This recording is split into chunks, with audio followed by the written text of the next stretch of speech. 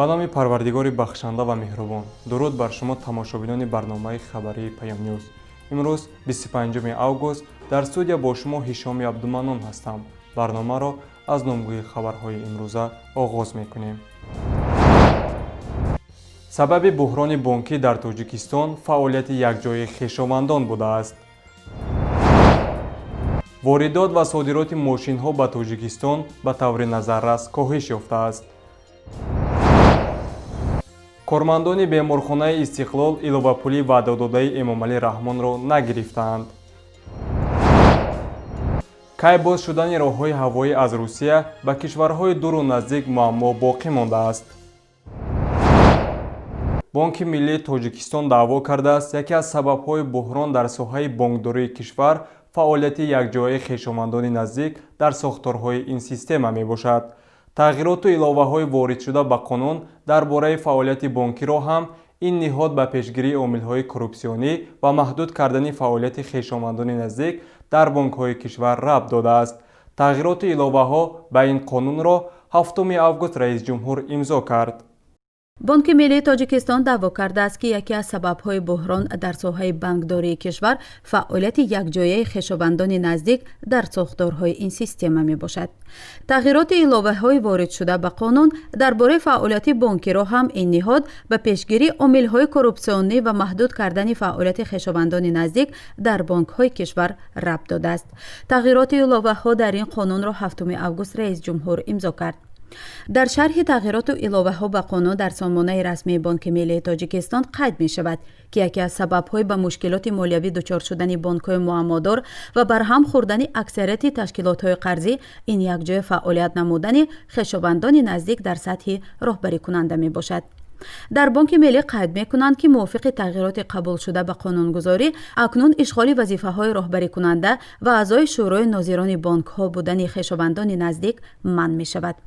хешовандони наздик тибқи қонун зан, шавҳар, фарзандон, падар, модар, бародарон, хоҳарон, набераҳо, инчунин падару модар, бародарону хоҳарон ва фарзандони зан, шавҳар, волидони ҳамсарон, қудоҳо, келин, домод, ҷиянҳо ва дигар шахсоне ки ҳамроҳ зиндагӣ ва рӯзғори умумӣ доранд маҳсуб мешаванд.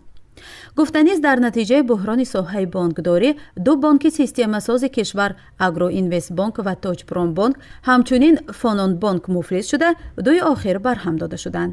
агроинвестбонк дар вазъи душвори молиявӣ қарор дошта фаъолияташ тақрибан қатъ карда шудааст. бӯҳрон ба он оварда расонид ки шумори ташкилоти қарзӣ дар Тоҷикистон таи 4 соли охир ба сурати умум қариб 2 баробар кам шуд, аммо бонкҳои мутааллиқ ба хонаводаи раис ҷумҳур ба бонкҳои асосии кишвар табдил шуданд. то оғози бӯҳрон дар низоми бонкӣ дар соли 2014 дар ҷумҳурӣ 137 ташкилоти қарзӣ фаъолият дошта, айни замон шумори онҳо то 71 ташкилот кам шуд.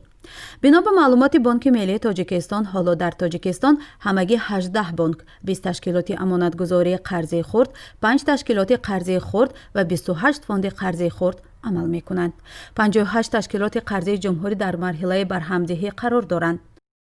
ба ҳамин монанд қонунҳо дар соҳаҳои дигар низ қабул шудаанд, аммо дар ҳеҷ кадоме аз онҳо фаъолияти якҷояи хешовандон на танҳо камтар нашудааст, балки афзоиш ёфтааст.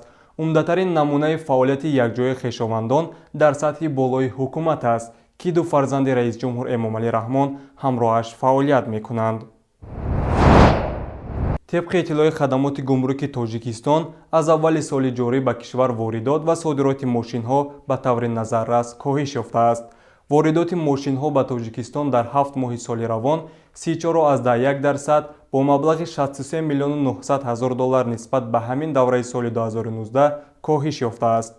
طبق اطلاع خدمات گمرکی جمهوری، حجم عمومی واردات واسطه‌های نقلیات برای ماه‌های ینور-ایولی سال 2020 بیش از 123 میلیون و 600 هزار دلار است. در همین دوره سال 2019 واسطه‌های نقلیات به مبلغ بیش از 187 میلیون و 500 هزار دلار وارد کرده شده بود.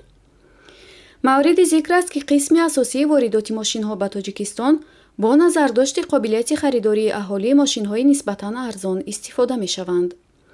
نقلیات اتومبیلی اساساً ماشین‌های مسافربر از کشورهای نزدیک بالتیکا، اروپا و آسیا وارد کرده می‌شوند.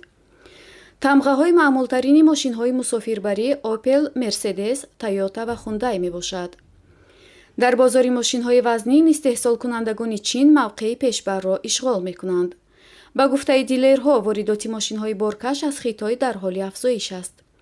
тибқи омор аз аввали соли ҷорӣ мошинҳои боркаш ва мошинҳои сабукрав дар бозори дохилӣ ба 338 миллиону 400 ҳазор сомонӣ муодили 32 миллиону 800 ҳазор доллар фурӯхта шудаанд. коршиносони ин соҳа мегӯянд, ҳарчанд Тоҷикистон истеҳсолгари мошин нест, аммо қимати боҷу хироҷи гумрукии мошин дар кишвар хеле ҳангуфт аст. нархи мошинҳои истифода аз ҷойи харид то ба дасти соҳиби охираш дар Тоҷикистон расидан то ба 3 баробар қимат мешавад. ба гуфти коршиносон, агар як мошини сабукрави Opel Astra G дар кишварҳои соҳили Балтика ба нархи 1000 евро харидорӣ шавад, нархи ин мошин то ба Тоҷикистон ба дасти харидор расидан то ба 4000 доллар мебарояд. кормандони ҳайати техникии муассисаи давлатии маркази тандурустии Истиқлол ба Озода Раҳмон раиси дастгоҳи раисҷумҳурии Тоҷикистон бо ирсоли номае талаб намуданд, ки иловапулии ваъдадодаи Эмомалӣ Раҳмон пардохт шавад. дар номаи кормандони ҳайати техникии муассисаи давлатии маркази тандурустии Истиқлол ки матнаш дирӯз расонаӣ шуд, гуфта шудааст, ки кормандони ҳайати техникии маркази тандурустии Истиқлол дар вақти карантин дар беморхона кору фаъолият дошта, аксарияташон дучори касалии коронавируси нави COVID-19 шудаанд.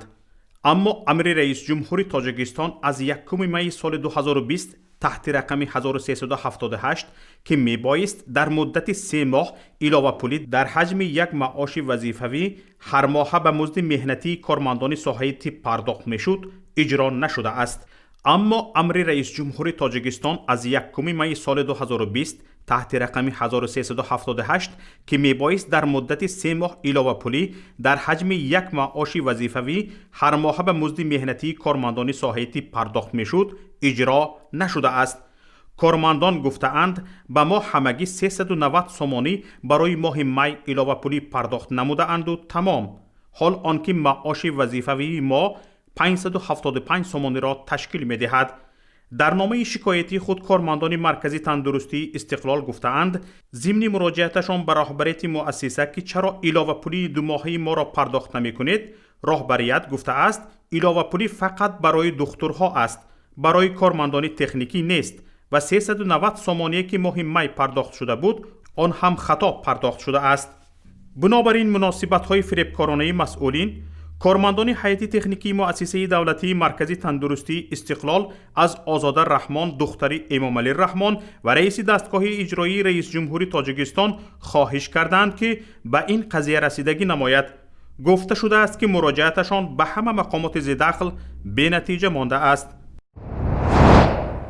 раҳматулло Зоиров, раиси ҳизби социал-демократии Тоҷикистон, гуфтааст, ки дар интихоботи раисияти ҷумҳурӣ ширкат намеварзад ва қасд дорад ин корзори сиёсиро бойкот кунад. дар ин бора ҳамкорам Сафия гузориш медиҳад.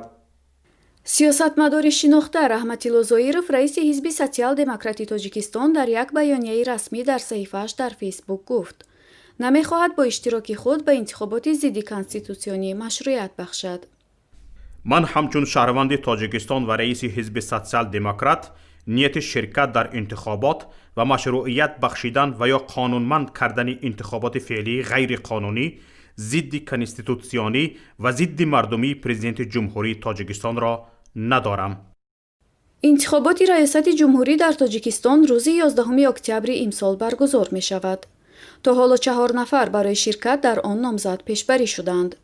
дар баёнияи сиёсӣ ки рӯзи 24 август дар саҳифаи хусусии Раҳматулло Зоиров нашр шуд, чанд сабаби даст кашидан аз ширкат дар интихобот ва таҳрими эҳтимолии он зикр шудааст. ӯ аз ҷумла гуфтааст, яке аз сабабҳо ин аст, ки раиси ҷумҳур Эмомалӣ Раҳмон ҳақ надорад раиси ҳизб бошад ва раҳбарии ӯ дар ҳизби халқии демократӣ системаи бисёрҳизбиро дар Тоҷикистон аз байн бурда ва ҷумҳуриро ба низоми яккаҳизбӣ табдил додааст. Зоиров навиштааст, умедворам шӯрои сиёсии ҳизби социал-демократ бо дастгирӣ аз баёнияи сиёсии ман интихоботи раисати ҷумҳурии соли 2020-ро таҳрим мекунад. мақомоти расмии Тоҷикистон ҳоло ин баёнияро шарҳ надоданд. раҳматулло зоиров, ки дар гузашта мушовири ҳуқуқии раиси ҷумҳурии Тоҷикистон буд, аз соли 2002 то кунун раиси ҳизби социал-демократ аст ва сиёсатҳои ҳукуматро пайваста танқид мекунад. ӯ дар гузашта борҳо гуфтааст, Эмомалӣ Раҳмон, ки аз соли 1994 то кунун раиси ҷумҳурии Тоҷикистон аст, ҳақ надорад дар интихоботҳо ширкат кунад. яке дигар аз сабабҳое, ки ба гуфтаи раҳматулло зоиров ӯро водор кард дар интихобот ширкат наварзад, қабули қонуни нав дар бораи Комиссиони марказии интихоботи Тоҷикистон дар соли 2019 аст. ба гуфтаи ӯ, бар асоси ин қонун намояндагони аҳзоби сиёсӣ ҳақ надоранд ба комиссияҳои марказиву маҳаллии интихобот шомил шаванд ва онҳо аз ҳисоби намояндагони ҳукумати иҷроия ва ҳизби ҳокими халқи демократӣ ташкил карда мешаванд.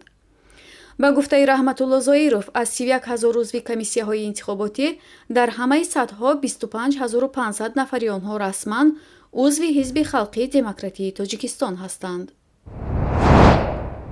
дар ҷаласаи ситоди изтирории Росавиатсия ва Роспотребнадзори Федератсияи Русия рӯзи 18 август ба мақомоти ин кишвар супориш шудааст, ки имкони боз кардани роҳҳои ҳавоиро бо кишварҳои дуру наздик ҳаллу фасл кунанд. аз ин пеш расонаӣ шуда буд, ки Русия аз 11 август роҳҳои ҳавоии худро боз карданист. баъдтар гуфта шуда буд, ки аз 1 сентябр роҳҳои ҳавоӣ боз хоҳад шуд. то ҳол аниқ нашудааст, ки Русия ба парвозҳои маъмулии хатсайрҳо мисли пеш аз карантин кай иҷоза медиҳад. ба ин масъала ҳамкорам Оишаи Муҳаммадӣ рӯшанӣ меандозад. нашрияи русии «Известия» рӯзи 24 август бо такя ба манбаъҳояш дар мақомоти соҳаи ҳавонавардӣ навишт, дар ситоди изтирорӣ хабари кушодани роҳҳои иртиботии навро тасдиқ накарданд. намояндаи ин ниҳод гуфтааст, феълан қарорҳои нав дар бораи боз шудани парвозҳои байналмилалии иловагӣ бо кишварҳои хориҷӣ қабул нашудааст. «Известия» менависад, қарор метавонад рӯзи 25 август омода ва дар ҷаласаи ситоди изтирорӣ эълон шавад. сафар ба аврупо на барои ҳама имконпазир мешавад. манбаи нашрия гуфтааст, парвозҳо ба Фаронса, Венгрия ва Малта танҳо барои онҳое иҷоза дода мешавад, ки соҳиби иҷозаи иқомату кор ва ё далелҳои тиббӣ ҳастанд. интизор намеравад, ки ба самти кишварҳои дигари аврупоӣ парвозҳо пурра барқарор шаванд. бо сабаби пандемияи коронавирус рӯзи 27 март парвозҳои байналмилаливу чартерӣ аз Русия ба хориҷ қатъ шуд. Русия рӯзи 1 август парвозҳои маҳдудро бо Бритониё, Туркия ва Танзания аз сар гирифт ва 15 август иҷозаи парвоз ба Швейтсарияро дод. феълан ҳеҷ хабаре дар бораи эҳтимоли ба роҳ мондани парвозҳо ба самти кишварҳои дигаре ба монанди Тоҷикистон нашр намешавад. мақомоти Тоҷикистон рӯзи 15 август хабар дод, ки то охири ин моҳ байни ду кишвар 55 парвози чартерӣ ё ғайри нақшавии ҳавопаймоҳо ба нақша гирифта шудааст. хабари аз 1 сентябр боз шудани роҳи ҳавопаймоӣ байни Русия ва дигар кишварҳои Осиёи марказӣ низ то ҳол тасдиқи худро наёфтааст. инҷо барномаи хабарии PAYOMNEWS ба ниҳояти худ расид. барномаҳои дигари моро дар шабакаҳои иҷтимоӣ ва пойгоҳи PAYOM.net лутфан пайгирӣ кунед. ҳар хабару рӯйдодеро шоҳид шудед, лутфан ба рақами 49 15 16 46 15 947 тавассути паёмрасонҳои WhatsApp, Viber, Imo ё Telegram фиристед. дар паноҳи Аллоҳ бимонед. бо умеди дидор дар рӯзи дигар. ассалому алайкум ва раҳматуллоҳ.